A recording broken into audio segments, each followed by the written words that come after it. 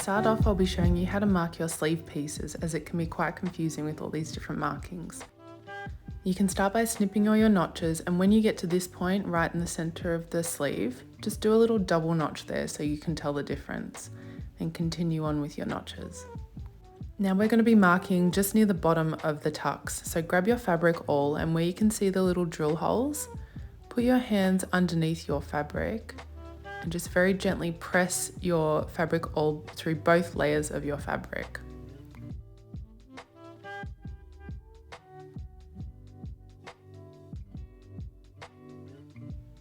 And now you can see here the kind of markings that it makes. So at the top you've got your notches, and this is what your markings should look like from your fabric awl.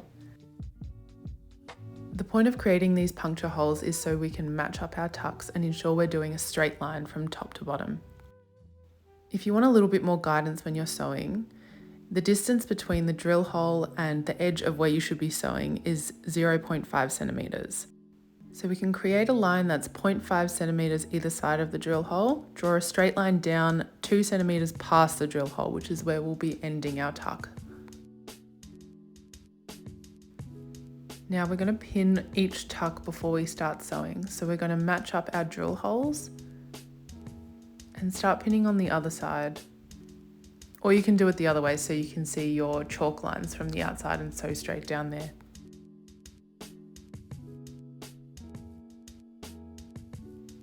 So you can go ahead and do that for all your drill holes at the bottom of your tucks.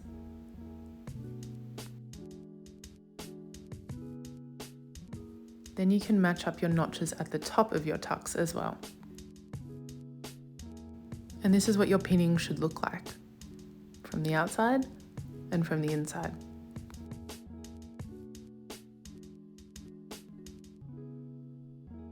Now make sure to begin your stitch with a back tack right at the top of the sleeve head and stitch down in a straight line all the way 2 centimeters past your drill hole to the bottom of your tuck.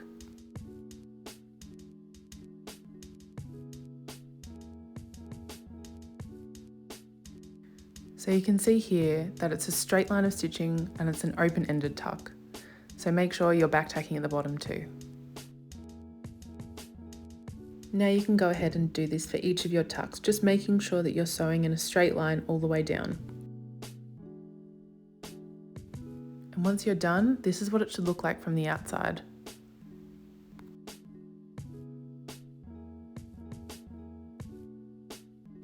And now we'll be partially pressing these tucks. So what you want to do is fold the tucks in towards the middle of the sleeve, like so.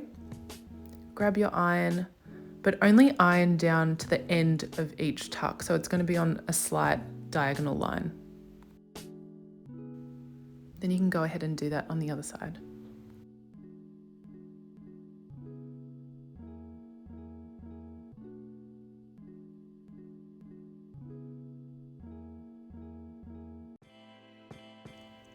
And this is how it should look, all in a perfect curve. Now grabbing your sleeve piece with right sides together, we'll be stitching down the inner sleeve seam line. And once you've done that, just remember to overlock that seam as well.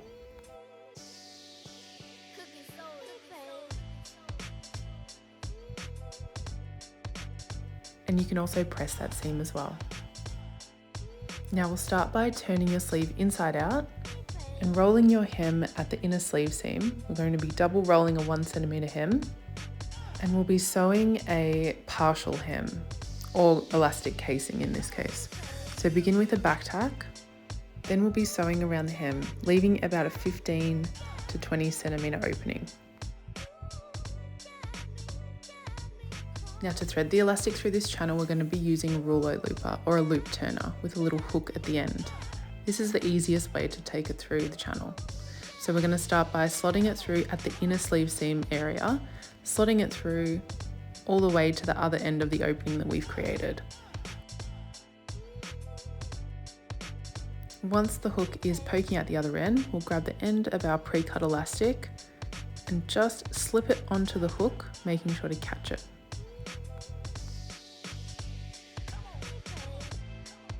Once you've done that, just make sure to pin the other end of your elastic to your fabric, just so it doesn't go missing through the channel.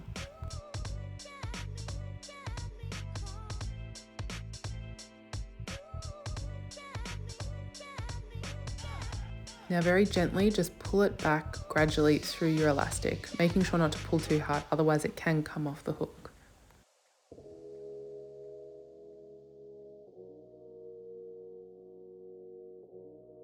Then grabbing both ends of the elastic, we're just going to put that under the needle and do a back tack a few times just to make sure it's extra secure.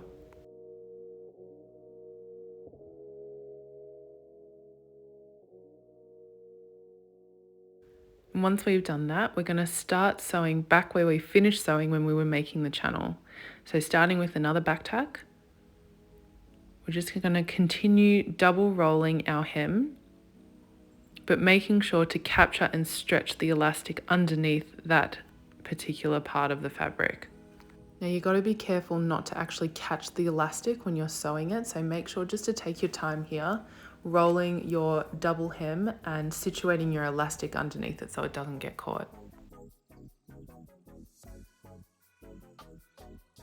And once you've finished doing that, you can trim all your loose threads and just disperse the sleeve opening fullness around your elastic evenly.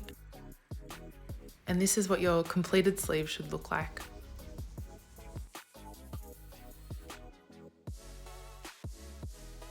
And now we're going to start sewing the darts on our bodice. Now the bodice and the lining of the bodice are the same dart construction, and it's the same on the front and the back. So you basically just need to do it 4 times for the front and 4 times for the back. So you've got 2 front main pieces, 2 front lining pieces, and 2 back main pieces and 2 back lining pieces. So we'll start by matching up the notches at the bottom of each dart, as well as just finishing the end of the dart with a pin as well. So you're going to be sewing 2 centimeters past the drill hole that you've got at the end of your dart. So you can either start at either end, starting with a back tack, sewing all the way down and finishing with a back tack as well.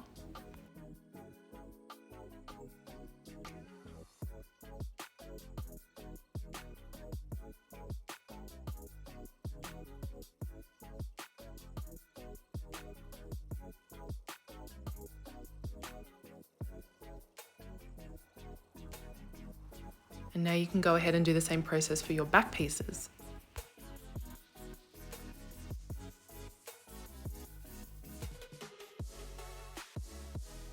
Once you've constructed all your front pieces and all your back pieces, we're going to be pressing the darts. So for the front pieces, you've got your 2 side darts are going to be pressed inwards, and your 2 kind of front, closer to the front darts are going to be pressed towards the side seam, as you can see here. And when you're pressing your darts, make sure to lift up at the end of your dart, just so you can make sure there's no fabric that's getting accidentally folded into that fullness. So I do that by pulling up the end and just using the nose of the iron to iron out that section. And the back dart should be facing towards the side seam.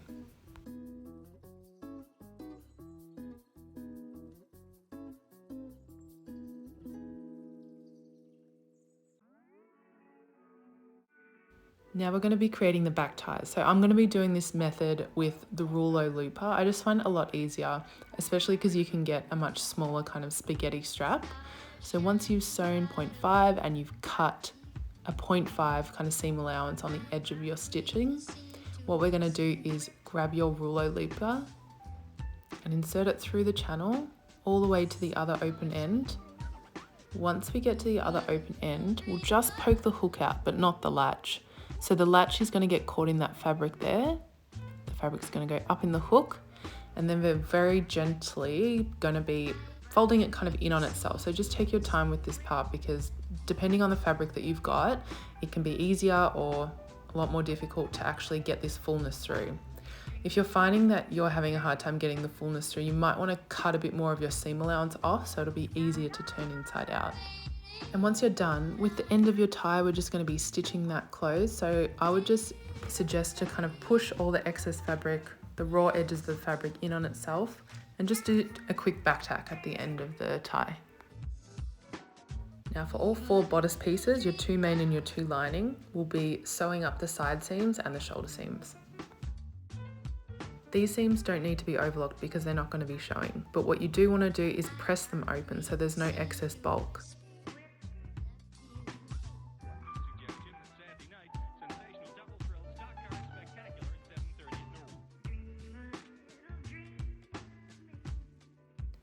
Now we'll be creating one side bodice.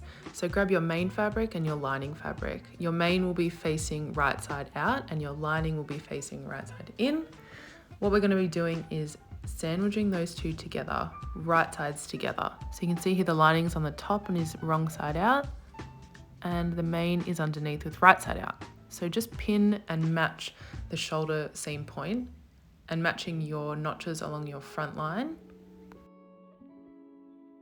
Then you can match up your center back, put a couple more pins along this seam here. And now we'll be inserting those back ties that we just finished making. So with the raw edge, we're going to be threading it in between your pieces through the armhole. And with the 2 notches that are right up near the top shoulder seam, we'll be situating the tie in between those 2 notches. So once you've done that, just pin it to secure. Making sure that your tie is in between your pieces and is coming out of the armhole. Now we'll start sewing at the center back point, starting with the back tack, stitching all the way along. When we get to the point where our tie is, we're going to be doing a couple of back tacks over that tie because it's going to be a point of stress. We want to make sure it's extra secure, and continue on along your neckline.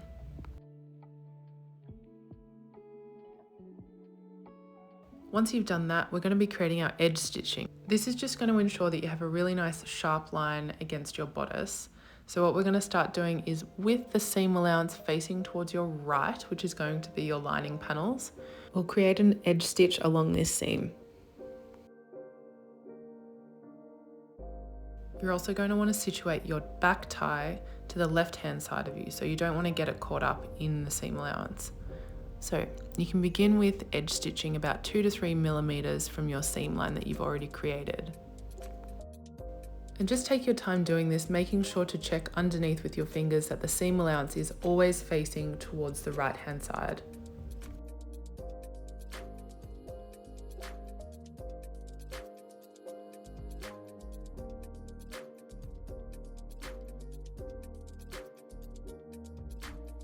And this is what it should look like. Now we'll be ironing along this seam. You want to make sure that there's a 0.2, 0.3 roll in of the outer fabric, and just take your time pressing along this curved edge to get a very sharp and even edge.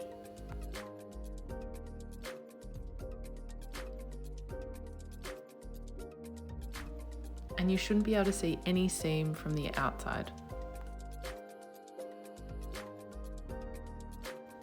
Now we'll be creating a basting stitch or a securing stitch around your armhole and along the bottom of your bodice. So begin with matching up your side seams and your shoulder seams around your armhole. And your stay stitch or your basting stitch should be quite a large stitch length, so the largest you've got, and it's going to be about 0.5 in from your edge. So this won't show when you go to sew your sleeve into this seam. And now we'll be matching up our side seams again. So once you do that, just secure it with a pin, and we'll be doing the stay stitch all along the bottom of the bodice as well.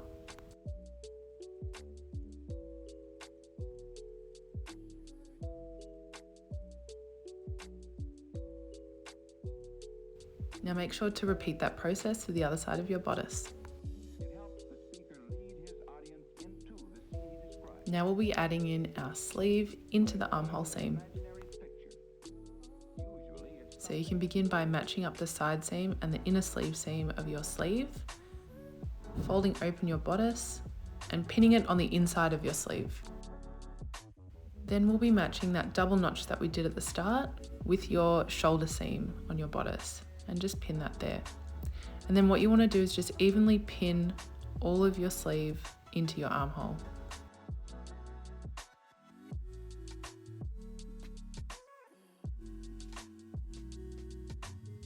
Once you've done that, you can begin sewing at where your sleeve meets your armhole at the side seam.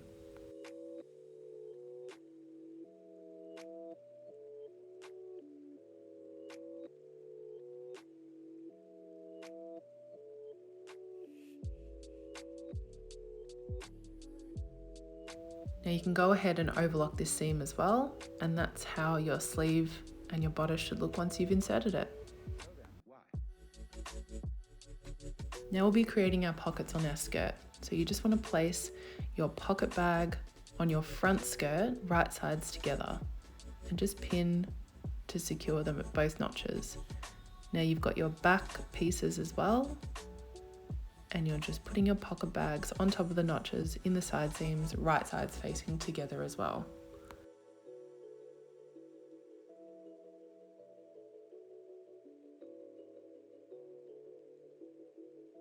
So where we've secured the pocket bag to the side of the skirt, just stitch all the way along the pocket bag.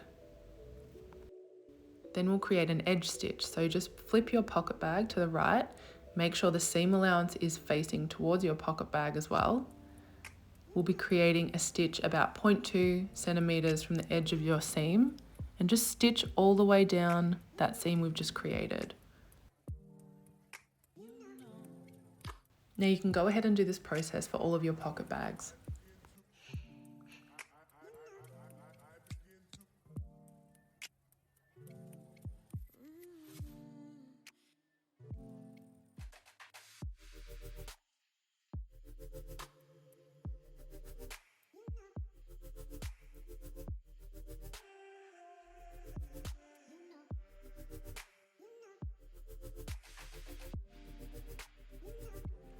Now place your front skirt on top of your back skirt, right sides together, making sure to match the pocket bags right sides together as well. So we're going to pin right at the top near the waist seam, and then we'll continue to pin down to where the notch is and all around your pocket bag on the edge. And then you can continue that pinning all the way down your side seam. Now all you need to do to connect your side seams and pocket bag is just to stitch all the way around where you've pinned.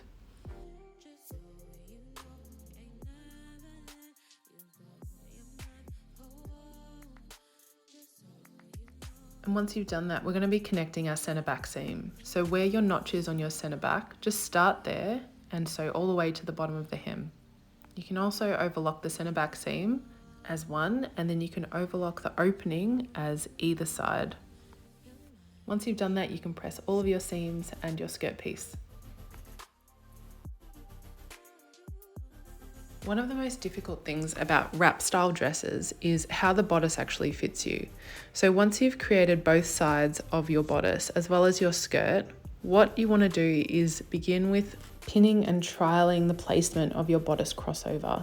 Now, if you're finding that your crossover needs to be too far one way or too far the other, there are more techniques on how to do this in the instruction manual. That's why we suggest making a toile or a sample of your bodice before you start. However, if you're like me and you've only got very minor adjustments to make to the positioning of the wrap, I would just suggest pinning the bodice to the skirt with the seam, the raw seam actually facing outwards. So when you have it on, you can play with the pins and slightly adjust, pull a little bit here and there, pull a little bit more excess into the seam allowance. And that way you're just making those minor adjustments that you need to do to make it comfortable for your body. And if this process is what's going to work for you, then once you've pinned everything and it's sitting nicely on your body, you're just going to want to get your chalk and mark where your seam allowance is going to be now, because there might be excess fabric in that seam allowance. And then what I just do is take the time to repin and match up those lines so that you're going to be sewing in the right section and capturing that excess fabric, so it will allow for those minor adjustments.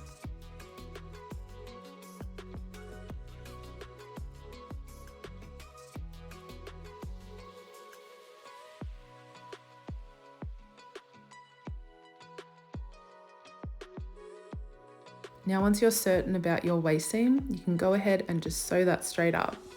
Once you've finished sewing that seam, just overlock that as well. Now we'll be inserting our invisible zip. in the center back seam of the dress. So what we're going to start doing is matching up our waist seams. So this technique that I'm going to show you is the way to essentially match up your waist seams and the top of your seam every time without fail. It is a little bit more labor intensive, but it just saves you unpicking a zip and redoing it every time. So you're going to want to pin where your waist seams are matching and then pin at the top. Now we're going to be creating a basting stitch, so a large stitch all the way along to where your notch is. The point of this is to make sure that your seams are going to be matching up, as you can see.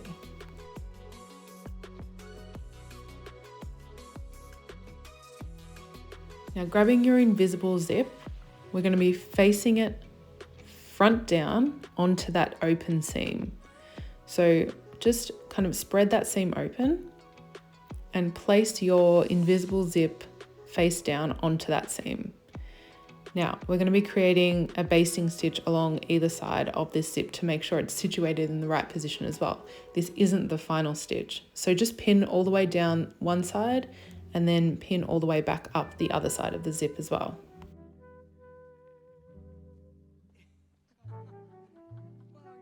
Now we'll be changing our sewing machine foot to a zipper foot. So it's going to be on the right hand side because you can choose from two. Once you've done that, just do the basting stitch down one side of the zip and all the way up the other side of the zip as well. Now that you've basted your zip on, you can unpick the original basting seam that we did all along the center back seam. So just take your time taking that seam out. And as you can see, our waist seam is matching up really well. And now we'll be swapping our sewing foot to an invisible sewing foot. So this shows the channels in the bottom there.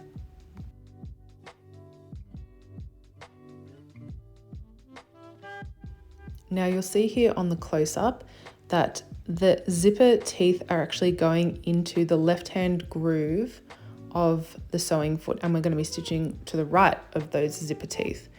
So you can start by doing a back tack at the top of your zip, slowly kind of folding the teeth to the side, ensuring the whole time that they're always staying in the right groove, all the way down to the bottom of your zip and finishing as far as you can there with the back tack. Once you've done that, you're going to go to the other side of your zip, begin with a back tack and stitch all the way up again and finish with a back tack.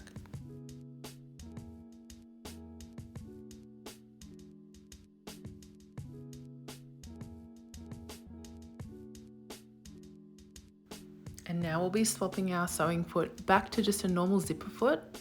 This is to connect the main seam with the bottom of our zip. So it's going to connect that gap up. So where you finish sewing your zip, just start there with a back tack and then connect it down to where you previously did your center back seam and finish there with a back tack.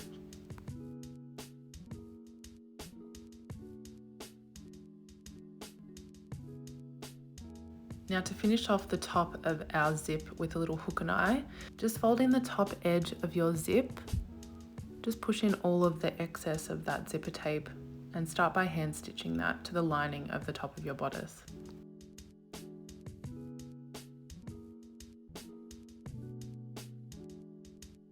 Now we can attach the hook side of our hook and eye. So start by putting your needle through and then slipping on your hook so it's in the right position, and just continue hand sewing to secure that little hook on.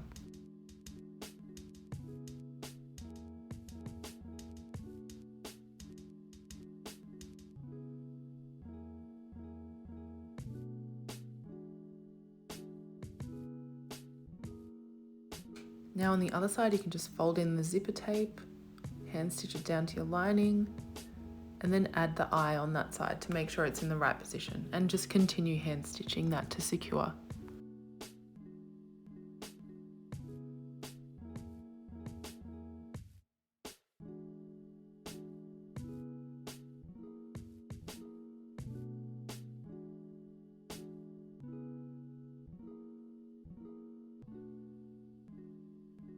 Now all there is to do is double rolling your hem and sewing it.